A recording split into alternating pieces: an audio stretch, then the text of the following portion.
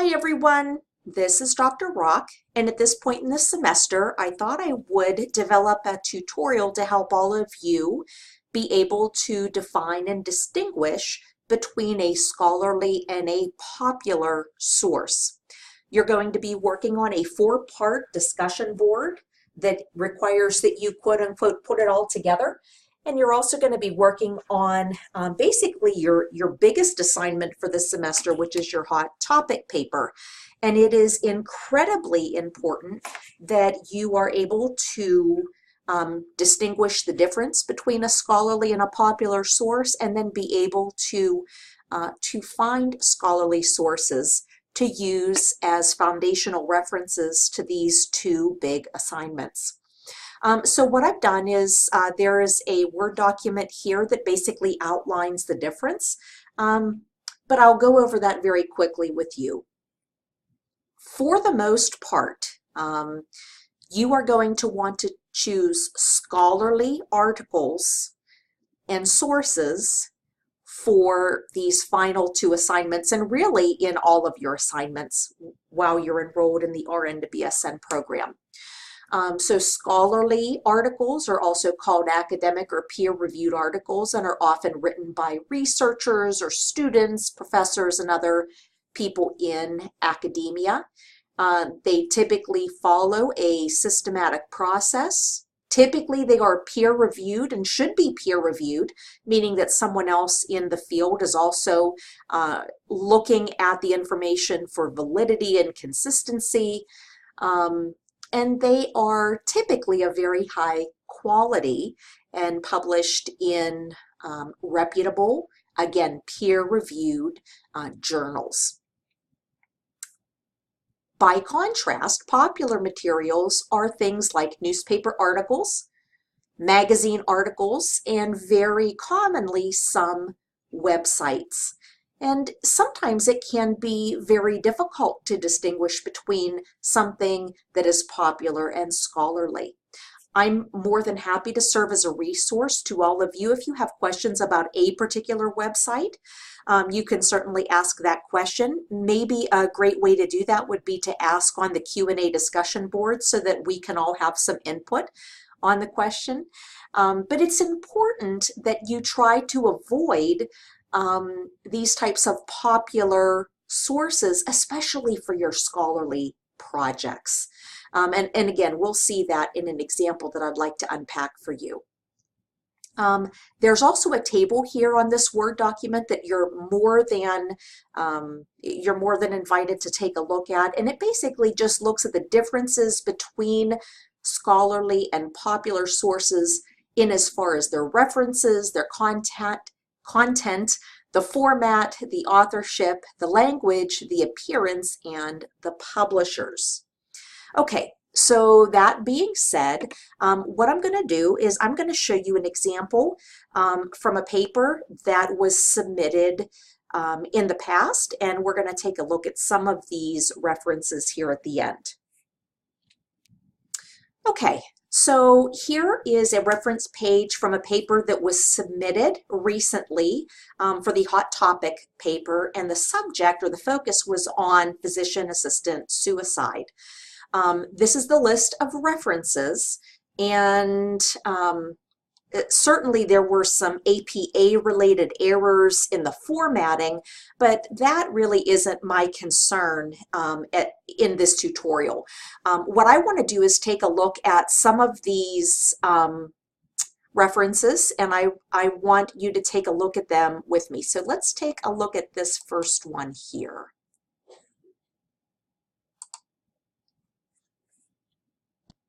Okay, this is the first reference. This is a website. It looks like it is published by the University of Washington School of Medicine with a title. There are some different options here to click on, but this is the article that was used in the student's paper. You can see the authors and their credentials and who wrote the original text. Let's scroll down here. You can see some additional links. Here's some references to some court cases.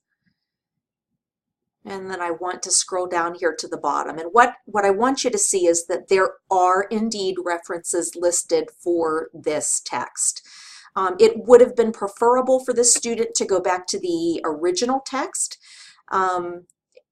instead of the revisions, but maybe this particular revision had information about court cases that maybe wasn't included in the original. I haven't investigated and dug that deep into this particular reference. I'm just giving you some ideas as we move through the reference.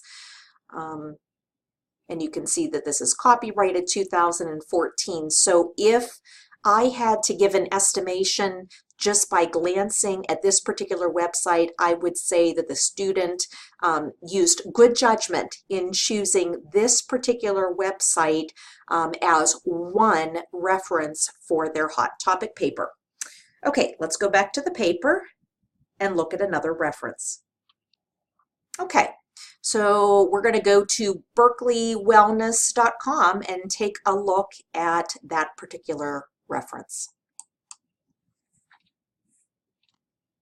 Okay, so right away we see that this is Berkeley Wellness from the University of California. We see the title of the article that is available here, and we see the author's name, but there are no credentials, and it doesn't say what his position or affiliation is with Berkeley Wellness. You can tell that there is an advertisement here, and that should alert you or be a red flag right away that maybe it doesn't necessarily mean for certain that it is not a reliable or a scholarly reference, but it should raise your antenna to make sure that indeed this is a scholarly reference to be able to use. Let's scroll down here. Again, another very large advertisement here. I'm not seeing any references yet in this article. Again, more advertisements. Okay, and at the bottom it says here, this opinion does not necessarily reflect so on and so forth. And it says when it was published. Just by taking a very brief glance without getting into the nuts and bolts of actually what he wrote, I would say that the student exercised not the best judgment in using this as a scholarly resource for the paper based on the information that I see. Okay, let's take a look at another reference. Okay, this third reference here, in addition to the APA formatting issues, it is completely incomplete, and I am not able to really be able to identify what resource was used. So that is not helpful. Okay, I am just going to look at this fourth reference here, which is a Washington Post article. I'm not even going to click on the article yet, but what I want to say is the Washington Post is a newspaper, and it is written by press writers. And I am wanting to encourage all of you to use resources that are written by your peers in the health sciences. There may be times that you need to include some information about popular opinion, especially when you're looking at the hot topic paper in particular about ethical views from the past to the present, and you're looking maybe at some just some cultural or worldview issues that may be appropriate. But that was not the case in how this particular reference was used. This was used for facts and figures. So again, not the most appropriate source. Okay, so I went ahead and clicked on this. You'll see that right away what section this is in the Washington Post. You will see the author's name, but no credentials. Again, this is a popular source. This is not a scholarly source of information for your hot topic paper. Lots of advertisements. No references are listed anywhere in the article, nor at the end of the article either. So again, you may want to use some popular sources for more of the current climate of an ethical dilemma, but certainly not rely on them for facts and figures and definitions, so on and so forth. Okay, let's keep going. Okay, and let's just take a look at this next reference here. And I can see right away in the web link that this is a CNN article, which is in the same category as the Washington Post. This would either be something on one of their news programs or in print media, and I know right away that this is indeed a popular source. This is not a scholarly source whatsoever. And we can click on that. Okay, and right away you're going to see the CNN website logo and advertisement, more advertisements here on the right-hand side. We know for certain that this is a popular source. This is not a scholarly source. And in fact, I'm not even seeing any author yet. Basically just providing a timeline of different legal precedents, that's really handy. It's kind of like the Cliff Notes version of getting a rundown of legal precedents, but I think that you will be able to find other more reliable and scholarly and primary references that you will want to use in your hot topic paper, and certainly also in your putting it all together discussion board assignment. Okay, other very common popular sources that I see listed as references on students' hot topic paper include articles from the Huffington Post and articles or interviews on National Public Radio or television. National Public Radio meaning NPR or National Public Television. And again, the folks that that cover those stories, they are not academicians or leaders in the health sciences. These are press writers and personalities that specialize in reporting. So just like you want to be careful and not get your news from fake news sources, you also want to be very careful in choosing scholarly references that really are going to add a solid foundation in your papers and in your discussion board as we near the end of the semester. All right, so you may be a little overwhelmed at this point, or you may have additional questions. Certainly, if it's a general question, please ask on the Q&A discussion board.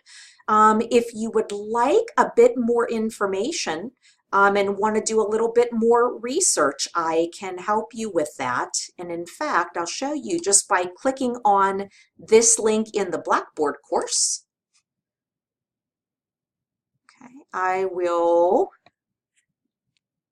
draw your attention to some additional resources.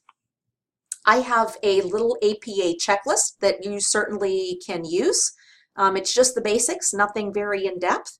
So if you're an APA expert, don't bother. You already know these basic little tips. I have a link here for the ORT library, information on how to access databases remotely as a distance student, some basic research tips, evaluating sources, some brief tutorials, so on and so forth. Any additional resources that you need beyond this, please feel free to ask. That's the only way that we know that students need additional help is when they let us know. I am here as a resource to you, for you, and I am more than happy to help. I certainly hope this tutorial has helped to clarify the difference between a scholarly and a popular source, and I hope you will keep all of the information in mind as you move through these last couple of assignments. Keep up the great work.